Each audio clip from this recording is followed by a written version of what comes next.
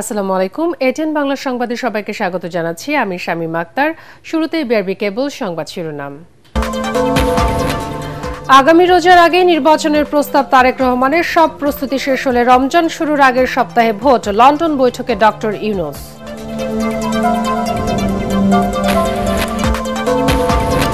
Doctor Yunus Tarique রহমানের বৈঠকে সন্তুষ্ট বিএনপি। ফেব্রুয়ারিতে ভোট আয়োজনের সম্মত হওয়ায় প্রধান উপদেষ্টার প্রতি কৃতজ্ঞতা মির্জা ফখরুলের।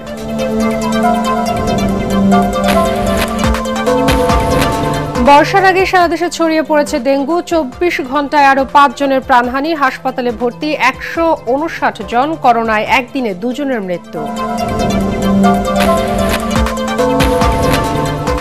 এবং দেশে ২২ জেলায় বইছে তীব্র তাপপ্রবাহ। আরও ২-৩ দিন থাকতে পারে বলছে আবহাওয়া অধিদপ্তর। দুঃসহ গরমে অতিষ্ঠ জনজীবন। শুনছিলেন বিআরবি কেবল সংবাদ শিরোনাম। এবার বিস্তারিত। সব প্রস্তুতি শেষ করা গেলে আগামী রমজানের আগের সপ্তাহে ভোটের আয়োজন করা যেতে পারে বলে জানিয়েছেন প্রধান উপদেষ্টা ডক্টর মোহাম্মদ ইউনূস। সেক্ষেত্রে জুলাই গণহত্যার বিচার ও সংস্কারের পর্যাপ্ত অগ্রগতি প্রয়োজন বলে জানান তিনি। লন্ডনে প্রধান উপদেষ্টার সঙ্গে একান্ত বৈঠকে আগামী রোজার আগেই জাতীয় নির্বাচনের প্রস্তাব দেন বিএনপির ভারপ্রাপ্ত চেয়ারম্যান তারেক রহমান।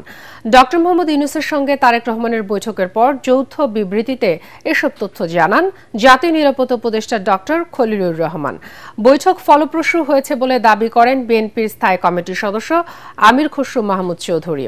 বিস্তারিত জানাচ্ছেন একরামুল হক সায়েম।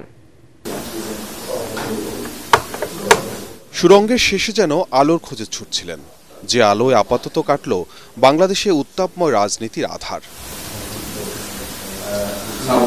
লন্ডনের ডরচেস্টার হোটেলে পদ বেয়ে বৈঠকস্থলে পৌঁছালে তারেক রহমানকে এগিয়ে এসে ডক্টর মোহাম্মদ ইউনূসের উষ্ণ অভ্যর্থনা সরকারের সাথে বিএনপির দূরত্ব গোছানোরই আগাম জানান দিল।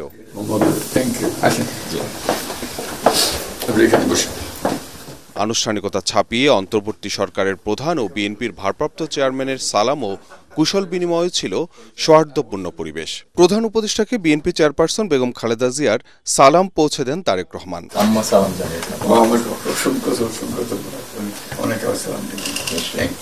শুরুতে কিছুক্ষণ সরকার ও বিএনপির প্রতিনিধিদের নিয়ে বৈঠক করেন ডক্টর মোহাম্মদ ইউনূস ও তারেক রহমান।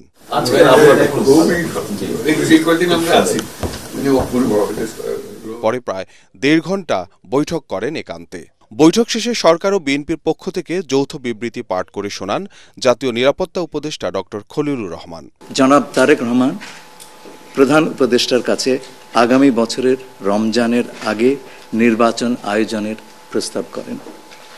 দলের চেয়ারপারসন বেগম খালেদা জিয়াও মনে করেন ওই সময় নির্বাচন অনুষ্ঠিত হলে ভালো হয়। প্রধান উপদেষ্টা বলেন যে তিনি আগামী বছর এপ্রিলের প্রথমার্ধের মধ্যে নির্বাচন অনুষ্ঠানের ঘোষণা দিয়েছেন।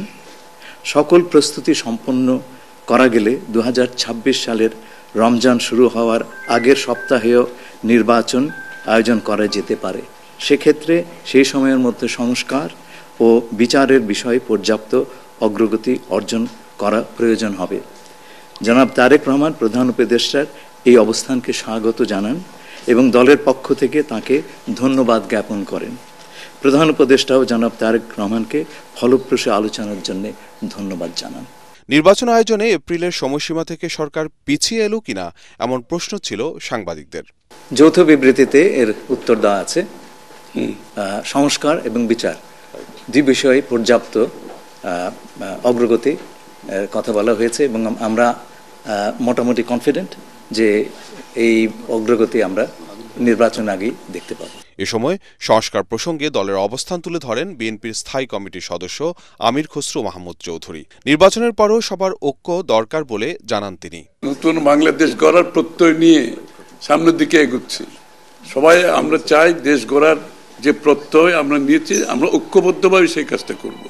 শুধু নির্বাচনের আগে নয়, নির্বাচনের পরও বাংলাদেশ গড়ার যে প্রত্যয় নিয়ে আমরা সবাই ঐক্যমত হয়েছি সেটা আমরা সামনের দিকে এগিয়ে নিয়ে যাব। নির্বাচনের আগেও কিছু সংস্কার হবে যেখানে ঐক্যমত হবে, আর নির্বাচনের পরেও সংস্কার অব্যাহত থাকবে।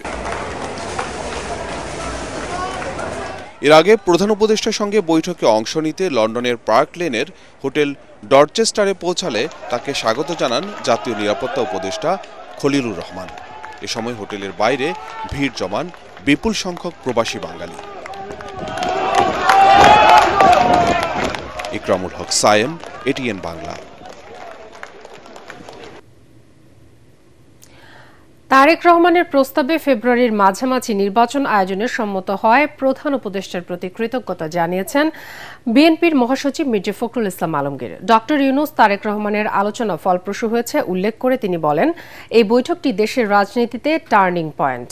জাতীয় ঐক্য ধরে রেখে গণতন্ত্রের পথে এগিয়ে যাওয়াই হবে মূল লক্ষ্য। রিপোর্ট কামরুজ্জামান রাজীবের। সব অপেক্ষার অবসান ঘটিয়ে লন্ডনের ডরচেস্টার হোটেলে অনুষ্ঠিত হল ডক্টর ইউনূস তারেক রহমান বহুল আলোচিত বৈঠক। বৈঠকটির সফলতার উপর নির্ভর করছিল দেশের রাজনৈতিক সংকট থেকে উত্তরণের পথ, যা অনেকটাই পূরণ হয়েছে বলে মনে করছে বিএনপি। বৈঠক শেষে দলের পক্ষ থেকে তাৎক্ষণিক প্রতিক্রিয়া জানাতে গিয়ে দলের মহাসচিব বলেন, আগামী রোজার আগেই নির্বাচন আয়োজনে প্রধান উপদেষ্টা সম্মত হওয়া দেশের গণতন্ত্রের জন্য সুসংবাদ। বৈঠকটি সফল করে তারেক রহমান তার রাষ্ট্রনায়কোচিত গুণ আবারও প্রমাণ করেছেন। প্রথম একটি বৈঠক যেটা সত্যিকার অর্থে গোটা জাতি অত্যন্ত উদ্বিগ্ন ছিল, সেই বৈঠকটিতে তিনি আল্লাহর হুকুমে সফল হয়েছেন। সত্যিকার অর্থেই এই বৈঠকটি একটি টার্নিং পয়েন্টে পরিণত হয়েছে। যে বিষয়গুলো আলোচনা হয়েছে তার মধ্যে প্রধান ছিল যে নির্বাচন ইস্যু। গোটা জাতি আনন্দের সঙ্গে লক্ষ্য করলো যে আপনার এইটাতে প্রধান উপদেষ্টা সম্মত হয়েছেন এবং তারা ফেব্রুয়ারির মাঝামাঝি সময়ে নির্বাচনের সময়সীমা নির্ধারণ করেছেন। মির্জা ফখরুল বলেন, সব অনিশ্চয়তা কাটিয়ে দুই নেতা প্রমাণ করলেন জাতীয় স্বার্থে বাংলাদেশের মানুষ ঐক্যবদ্ধ থাকতে পারে। সবকিছু অনিশ্চিত অবস্থায় চলে গিয়েছিল, সেই অবস্থাটাকে কাটিয়ে তিনি জাতিকে এই দুই নেতা আবার সামনের দিকে আশা নিয়ে এগিয়ে যাওয়ার স্বপ্ন দেখিয়েছেন। এখন যেটা প্রয়োজন হবে, অতীতে যে সমস্ত ছোটখাটো আপনার একটু কথাবার্তা হয়েছে সেগুলোকে ভুলে গিয়ে সামনের দিকে জাতীয় ঐক্যকে আরো দৃঢ় করে এবং যেটা বলা হয়েছে আপনার সমস্যাগুলোকে সমাধান করে নিয়ে আমরা যেন অতি দ্রুত একটা নির্বাচন, যেটা বলা হয়েছে ফেব্রুয়ারির মাঝামাঝি সময়, সেই নির্বাচনে সুষ্ঠুভাবে সুন্দরভাবে যেতে পারি এবং জাতির যে আকাঙ্ক্ষা সেটা পূরণ করতে পারি। দোষারোপের রাজনীতি না করে জাতীয় ঐক্য ধরে রেখে দেশকে এগিয়ে নিয়ে যাওয়ার আহ্বান জানান বিএনপি মহাসচিব। সরকারের উপদেষ্টা কামরুজ্জামান রাজীব, এটিএন বাংলা, ঢাকা। জাতীয় নির্বাচন ইস্যুতে একক কোনো ব্যক্তির সঙ্গে আলোচনা করে সিদ্ধান্ত নেয়ার চেষ্টা অন্য সকল রাজনৈতিক দল ও জুলাইয়ের শহীদদের মর্যাদার প্রতি অবমূল্যায়ন বলে মনে করে জাতীয় নাগরিক পার্টি এনসিপি। তবে রোজার আগে নির্বাচনের বিষয়ে বিচার ও সংস্কারের দৃশ্যমান অগ্রগতির শর্তকে ইতিবাচক হিসেবে দেখছে দলটি। এনসিপির সিনিয়র যুগ্ম আহ্বায়ক আরিফুল ইসলাম আদিব তাৎক্ষণিক প্রতিক্রিয়ায় এটিএন বাংলাকে এসব কথা বলেন। শুধুমাত্র একটি দল বা এক ব্যক্তির সাথে দেশের বাহিরে বসে মিটিং করে নির্বাচনের তারিখের প্রতি এক ধরনের সিদ্ধান্ত নেওয়া কিংবা আলোচনা করাটা দেশের বিদ্যমান অন্যান্য রাজনৈতিক দল এবং রাজনৈতিক সংস্কৃতির প্রতি এক ধরনের নেতিবাচক প্রভাব ফেলে।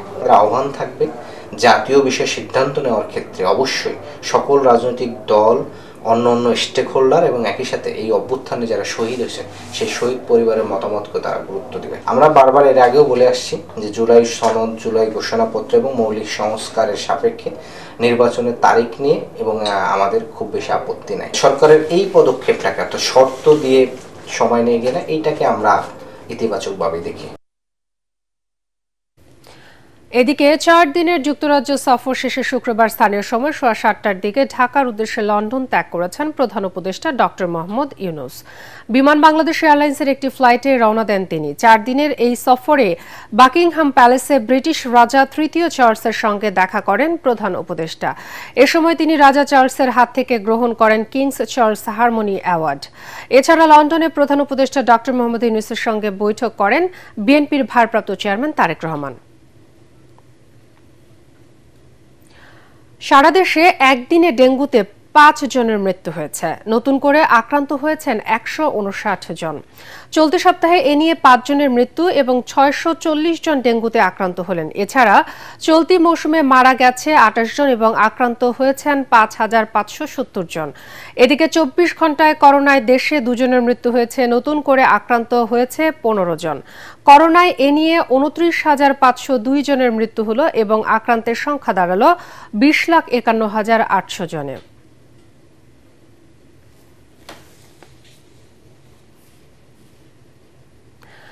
দেশের 58 জেলায় ছড়িয়ে পড়েছে ডেঙ্গু সংক্রমণ। দ্রুত ব্যবস্থা না নিলে ভয়াবহ রূপ নিতে পারে বলে আশঙ্কা বিশেষজ্ঞদের। পরিস্থিতি নিয়ন্ত্রণের বাইরে চলে যাওয়ার আগেই সমন্বিত উদ্যোগে পরিচ্ছন্নতা অভিযান জোরদারের তাগিদ কূটনীতি তত্ত্ববিদ অধ্যাপক ডক্টর কবিরুল বাশারের। আর জনস্বাস্থ্য বিশেষজ্ঞ ডাক্তার মুস্তাক হোসেন বলেন, শুধুমাত্র মেডিকেল কলেজ হাসপাতালের উপর নির্ভর না করে তৃণমূলের স্বাস্থ্য কেন্দ্রগুলোকেও ডেঙ্গু পরীক্ষা ও চিকিৎসা উপযোগী করে তুলতে হবে। মিজান শাহজাহানের রিপোর্ট। একদিকে করোনা, অন্যদিকে চোখ রাঙাচ্ছে ডেঙ্গু। এরই মধ্যে ডেঙ্গু আক্রান্ত হয়ে মারা গেছেন বেশ কয়েকজন। হাসপাতালে ভর্তি রোগীর সংখ্যাও দিন দিন বাড়ছে আশঙ্কাজনক হারে।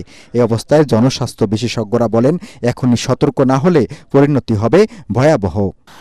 যদি একটা মেডিকেল কলেজ হাসপাতাল থাকে, অন্তত 5টা মাধ্যমিক হাসপাতাল থাকা দরকার পর্যবেক্ষণের জন্য, এবং 50 থেকে 100টা প্রাথমিক স্বাস্থ্যসেবা কেন্দ্র দরকার, যেখানে মানুষ অসুস্থ হলেই ডেঙ্গুর স্যাম্পল দেবে। এইভাবে যদি আমরা স্তরভিত্তিক বিকেন্দ্রীকৃত স্বাস্থ্য ব্যবস্থা না করি, আমাদের অনেক ডাক্তার, অনেক ঔষধ, অনেক অক্সিজেন, অনেক স্যালাইন, এটা দিয়েও কিন্তু আমরা মৃত্যু ঠেকাতে পারছি না। তিনি বলেন, জমা পানি অপসারণ না হলে শুধু ওষুধ ছিটিয়ে এডিস মশা মারা সম্ভব নয়। ডেঙ্গু এখন আর সিটি কর্পোরেশন এলাকায় সীমাবদ্ধ নেই, এটি ছড়িয়ে পড়েছে মফস্বলেও। বিভাগ হিসাবে বরিশালের অবস্থা ভয়াবহ, জেলা হিসাবে বরগুনার অবস্থা আরও ভয়াবহ। এই অবস্থায় কীটতত্ত্ববিদরা বলছেন, বরগুনা কোস্টাল এরিয়া হওয়ার কারণে, পানি লবণাক্ত হওয়ার কারণে মানুষ, সাধারণ জনগণ বিভিন্ন জায়গাতে তারা বৃষ্টির পানি জমিয়ে রাখে, বিশেষ করে মটকা, বালতি, ড্রাম। তবে একটু ফাঁকাও যদি থাকে তাহলে ওই বৃষ্টির পানিতে এডিস মশা ঢুকে সেখানে ডিম পারবে এবং সেখান থেকে লার্ভা হয়ে সেই বাড়িতে ডেঙ্গুর সংক্রমণ ঘটানোর একটা সম্ভাবনা আছে। বাংলাদেশের প্রায় অর্ধেক রোগী এখন বরগুনাতে, এবং ইতিমধ্যে দুজন মানুষ দুর্ভাগ্যজনকভাবে মারাও গিয়েছে বরগুনাতে। যেই বাড়িতে ডেঙ্গু রোগী আছে সেই বাড়ির চতুর্দিকে 200 মিটারের মধ্যে ফগিং করে, লার্ভিসাইডিং করে নিশ্চিত করতে হবে যেন ওই বাড়ির আশপাশে কোনো মশা বেঁচে না থাকে। সিটি কর্পোরেশনের মশা মারার আধুনিক যন্ত্রপাতি থাকলেও ইউনিয়ন পরিষদ, পৌর এলাকায় তা নেই। এই অবস্থায় সারা দেশের ডেঙ্গু নিয়ন্ত্রণ কার্যক্রম ঢেলে সাজানোর পরামর্শ তাদের। মিজান শাহজাহান, এটিএন বাংলা, ঢাকা। দেশের 22 জেলার উপর দিয়ে বইছে তাপপ্রবাহ, যা আরও অন্তত 2-1 দিন থাকতে পারে বলে জানিয়েছে আবহাওয়া অধিদপ্তর। এরপর টানা বৃষ্টিতে কমে আসবে গরম। ঐশী গোস্বামী, প্রমার রিপোর্ট। গত 4 দিন ধরে রংপুর, রাজশাহী বিভাগ সহ দেশের 22 জেলার উপর দিয়ে বয়ে যাওয়া তাপপ্রবাহের কারণে দুঃসহ হয়ে উঠেছে জনজীবন। এই তাপপ্রবাহ আরও 2 থেকে 3 দিন অব্যাহত থাকতে পারে।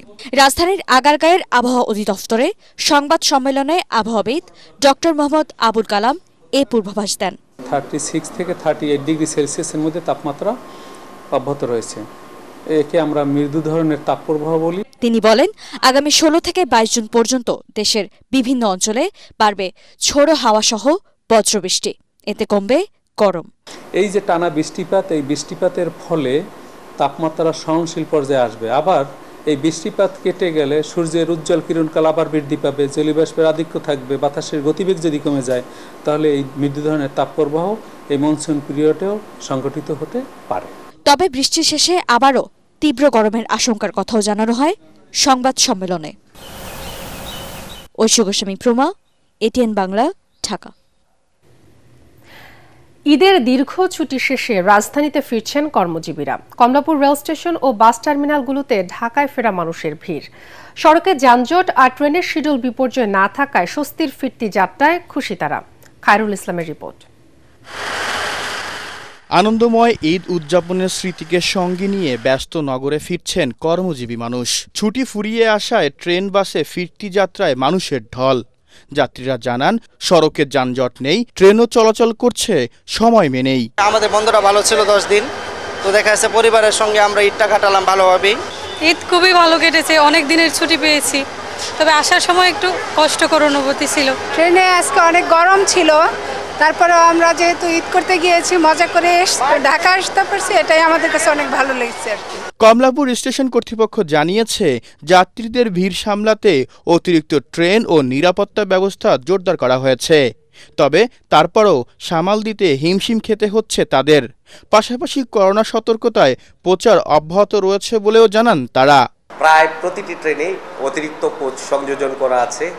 আমরা চেষ্টা করছি যে আমাদের যাত্রীরা যাতে সহজে আসা যাওয়া করতে পারে নিরাপদভাবে, এবং এই প্রচেষ্টা অব্যাহত থাকবে। ঈদের ছুটি শেষে কর্মব্যস্ত রাজধানী ফিরছে তার চিরচেনা রূপে। খায়রুল ইসলাম, এটিএন বাংলা, ঢাকা। এবার খেলার খবর।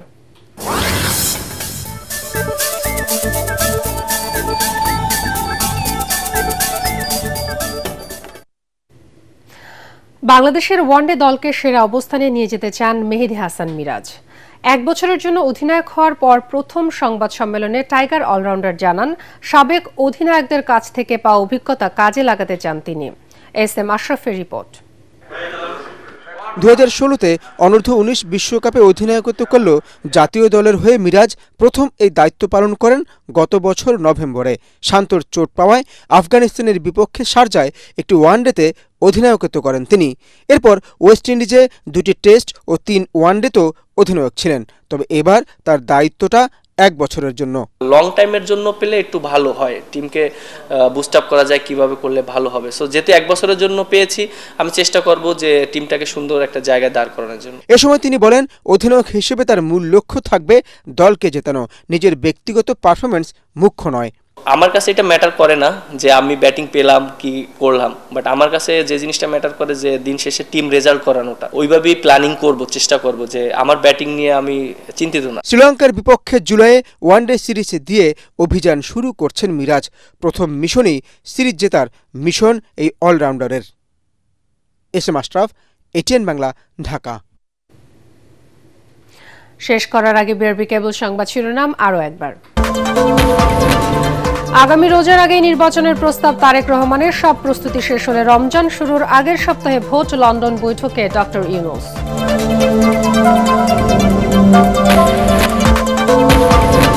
ডক্টর ইউনূস তারেক রহমানের বৈঠকে সন্তুষ্ট বিএনপি, ফেব্রুয়ারিতে ভোট আয়োজনে সম্মত হওয়ায় প্রধান উপদেষ্টার প্রতি কৃতজ্ঞতা মির্জা ফখরুলের।